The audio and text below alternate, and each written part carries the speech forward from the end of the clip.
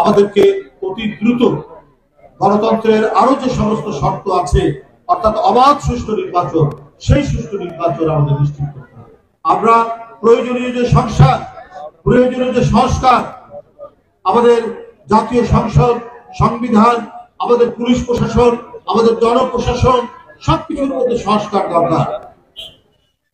কিন্তু এই সংস্কারের নামে কালক্ষেপণ করে শুধু এটা নিয়ে বাদানুবাদ এবং এটা নিয়ে তর্ক বিতর্ক চললে পরে আমাদের যে প্রধান অবজেক্টিভ, বাংলাদেশের মানুষ 17 বছর তারা ভোট দিতে পারেনি, অবাধ ও সুষ্ঠু নির্বাচনকে আকাশের দূরতম তারা করে দেওয়া হয়েছে।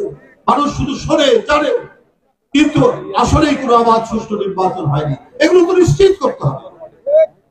ডক্টর মোহাম্মদ ইউনূস সাহেবের যে সরকার, এই সরকারকে সমস্ত গণতান্ত্রিক রাজনৈতিক দল সমর্থন করেছে।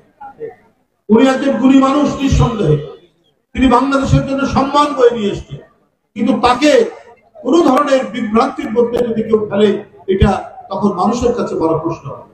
আপনি অবাধ সুষ্ঠু নির্বাচনের জন্য আপনি তারিখ ঘোষণা করুন, আপনি বলুন যে এত সময়ের মধ্যে নির্বাচন হবে এবং সত্যিকার অর্থে একটা শক্তিশালী গণতন্ত্র যেখানে প্রত্যেকটি মানুষ স্বাধীন থাকবে।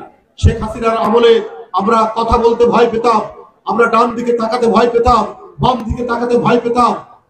কখন গোয়েন্দা পুলিশ আমাদেরকে গ্রেপ্তার করে কিনা, কখন আইন শৃঙ্খলা বাহিনী আমাদেরকে তুলে নিয়ে যায় কিনা, আমি এই সমাবেশ করতে পারবো কিনা, এর কোনো নিশ্চয়তা ছিল না। আজকে কমপক্ষে সেই নিশ্চয়তা হয়েছে।